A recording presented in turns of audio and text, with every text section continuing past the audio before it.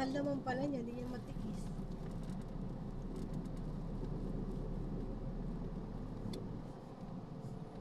Saan kaya yung GCP? Hindi ko pa nakikita. Halahala pa lang to eh. Nasunod ng halahala. Ano, Tanay. Pililya pala. Pililya yung ano, yung GCP.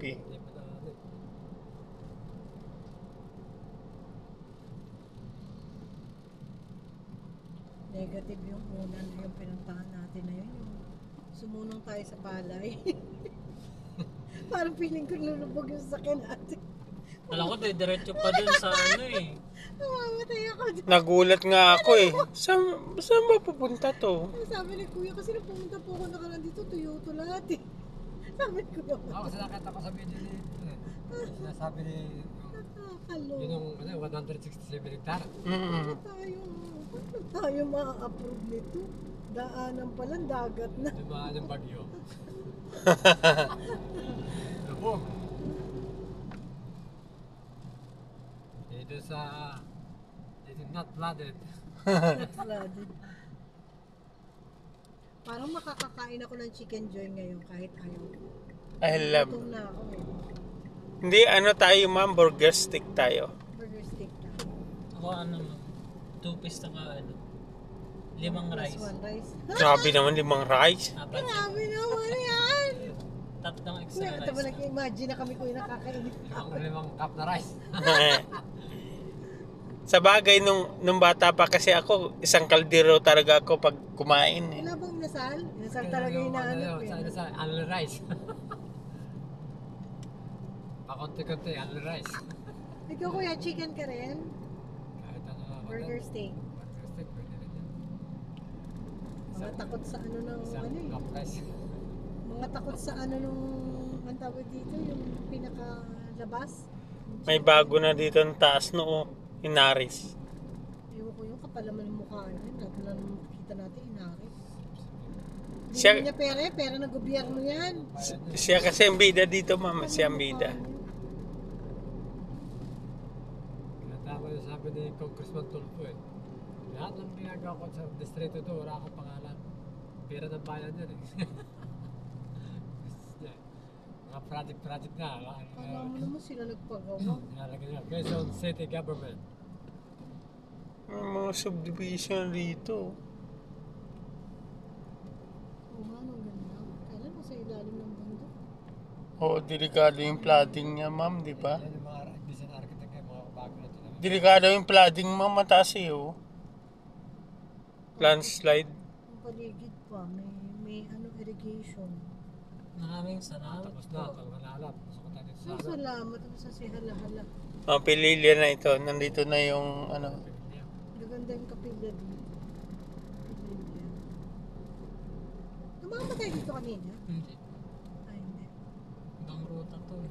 Ano yung tinatayo mahal? May barko. May barko. Ay, yung barko. Opo. Ayun. Baka lalagyan ng tuloy ang 8. Ah, Punta doon sa kabila. ganon. Yan ang gagawan. Ay baka. Sure ka talaga. Yung time ni Duterte, bigla na lang magugulat ka, ha? May nakatayo ng flyover dito. Ha? Ay, may dugtungan na pala to, papuntang ano. Punta doon sa Wala pa lang kabali-balita, yun o. Shortcut yan. Surukat nga siguro yan. Punta na lang. Hindi siya nagpapamedya ng mga project, ano. Basta lang niya ginagawa.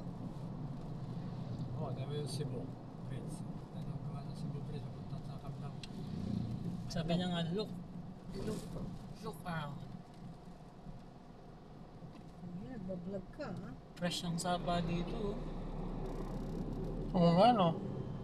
Is na na. Irrigation nila, malinis. Yan yata yung GCP ayun no.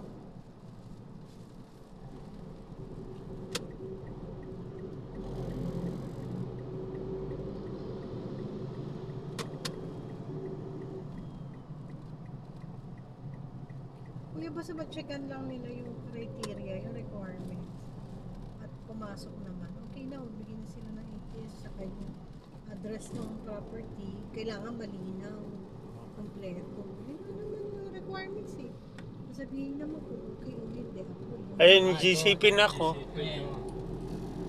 Yan na yun. Yung GCP.